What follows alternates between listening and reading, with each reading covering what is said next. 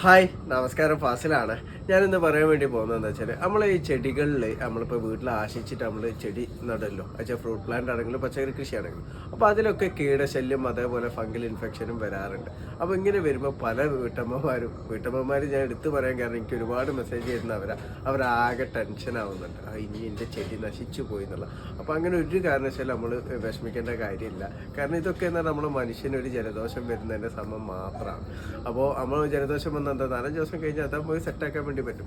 അതേപോലെ തന്നെ ഇങ്ങനെ ഇപ്പം നല്ല രീതിയിൽ കീടശല്യം വന്നിട്ടുണ്ട് എന്നുണ്ടെങ്കിലും നമ്മളൊന്ന് പ്രൂൺ ചെയ്ത് കൊടുത്താൽ തീരാവുന്ന പ്രശ്നമേ അതുള്ളൂ.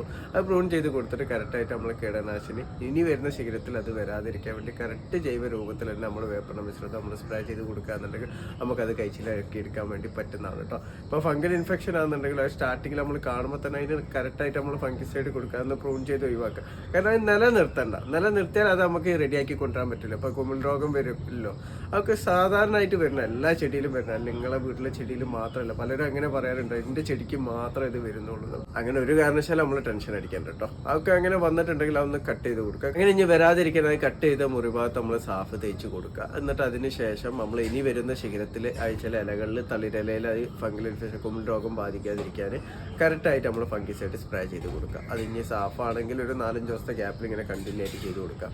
ഇനി നമ്മൾ സൂഡോമോണസ് ആണെന്നുണ്ടെങ്കിൽ 2-3 ഗ്യാപ്പിൽ ഇങ്ങനെ കറക്റ്റ് ചെയ്ത് കൊടുക്കുക. അപ്പോൾ ആ പുതിയ തളിരയിലൊന്ന് അത്യാവശ്യം വലുപ്പം വെക്കുന്നവരെ, വലുപ്പം വെച്ചാൽ പിന്നെ ഇതങ്ങനെ എഫക്റ്റ് ആവില്ല. കീടശല്യം വന്നു കഴിഞ്ഞാൽ അതന്നെ നല്ല രീതിയിൽ ബാധിച്ചിട്ടുണ്ടോ ഒന്ന് കട്ട് ചെയ്ത് കൊടുക്കുക.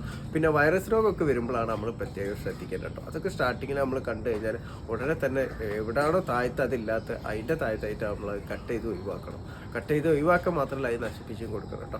അപ്പോൾ ഇതിനൊന്നും ടെൻഷൻ അടിച്ചിരിക്കേണ്ട, ചെടി നശിച്ചു പോകുന്നില്ല, ഒക്കെ നമുക്ക് ഉയർത്തെഴുന്നേൽപ്പിക്കാൻ വേണ്ടിയിട്ട് പറ്റും.